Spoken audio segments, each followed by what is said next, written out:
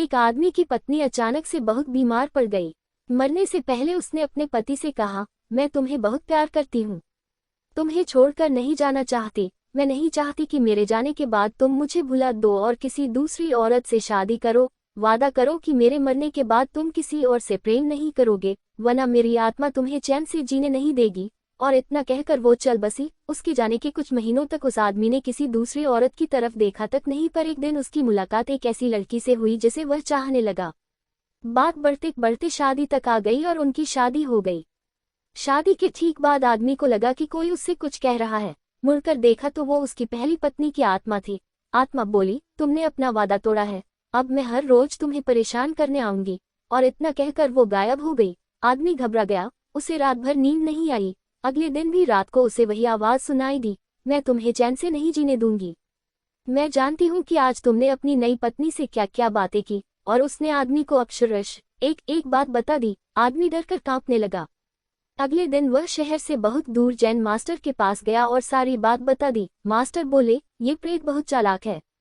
बिल्कुल है, तभी तो मेरी एक एक बात उसे पता होती है। आदमी घबराते हुए बोला। मास्टर बोले, कोई बात नहीं, मेरे पास इसका भी इलाज है। इस बार जब तुम्हारी पत्नी का भूत आई तो मैं जैसा कहता हूँ तुम ठीक वैसा ही करना। उस रात जब आत्मा वापस आई तो आदमी बोला, तुम इतनी चालाक हो, मैं तुमसे कुछ भी नहीं छिपा सकता।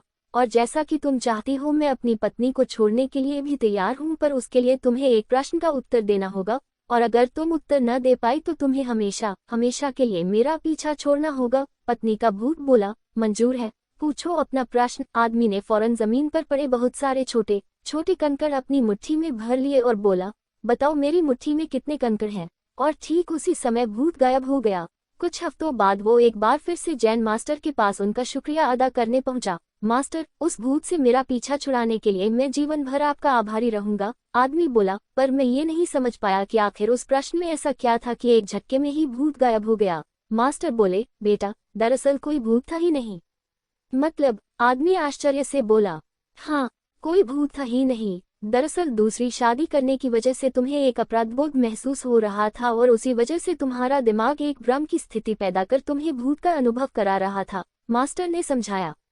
पर ऐसा था तो वो मेरी हर एक बात कैसे जान जाता था? आदमी ने पूछा। मास्टर मुस्कुराए, क्योंकि वो तुम्हारा बनाया हुआ ही भूत था, इसलिए जो कुछ तुम जानते थे वही वो भी जानता था।